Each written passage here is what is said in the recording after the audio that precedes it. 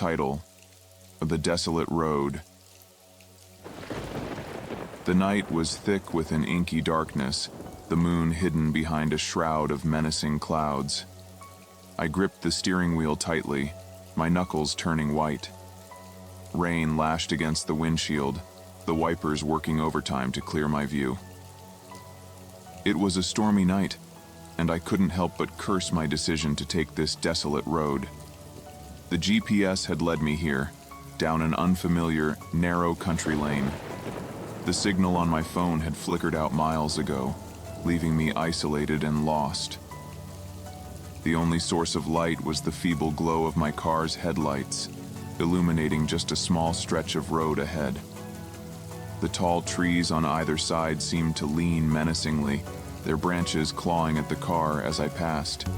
My anxiety had grown with each passing mile. I should have turned back, but there were no intersections, no options to change my course.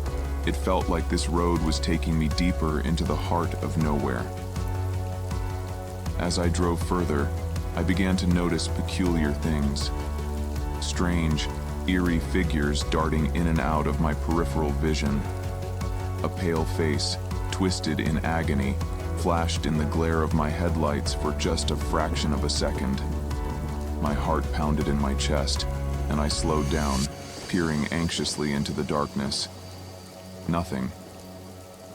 "It's just your imagination," I whispered to myself, trying to calm my nerves. But my own voice sounded alien in the oppressive silence of the night. I kept driving, each mile becoming an eternity. The rain intensified, pounding against the car as though the heavens themselves were angry. The feeling of being watched grew stronger. I could swear there were shadows flitting just beyond the reach of my headlights. A sudden flash of movement caught my eye, and I slammed on the brakes. The tires screeched in protest as the car skidded to a halt. My heart was in my throat as I stared at the road ahead. A figure shrouded in tattered clothes stood in the middle of the lane.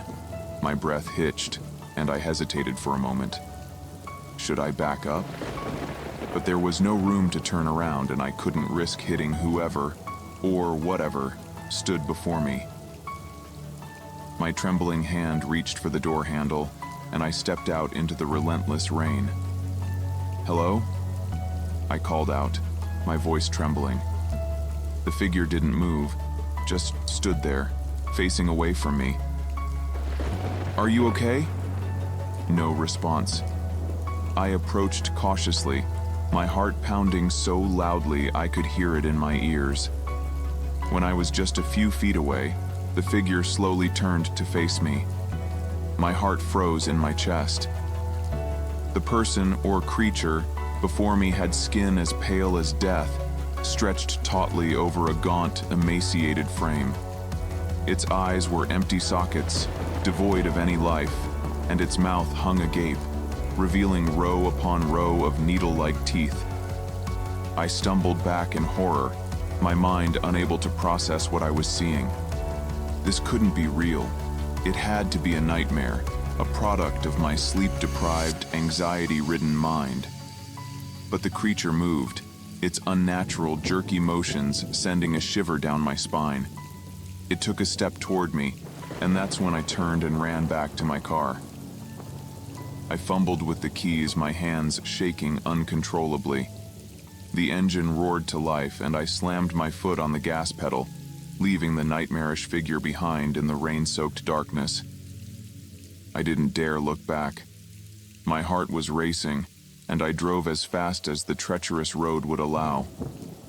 The rain continued to pour, blurring my vision, but I couldn't stop. I couldn't afford to stop.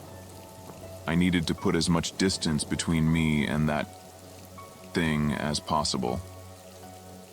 Eventually, after what felt like an eternity, the road widened, and I saw the welcoming glow of streetlights in the distance. Civilization, or at least some semblance of it, was returning. I let out a breath I didn't even realize I had been holding. As I pulled onto a well-lit street, I glanced in my rearview mirror. The figure was nowhere to be seen. Had it been a hallucination brought on by exhaustion and fear? I couldn't be sure, and I didn't want to dwell on it. I continued my journey, leaving the desolate road behind, vowing never to venture into the unknown again. The memory of that night would haunt me forever, a chilling reminder of the terrors that lurk in the darkness.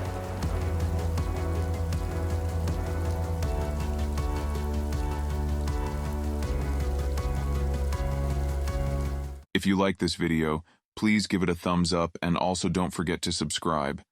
See you in the dark.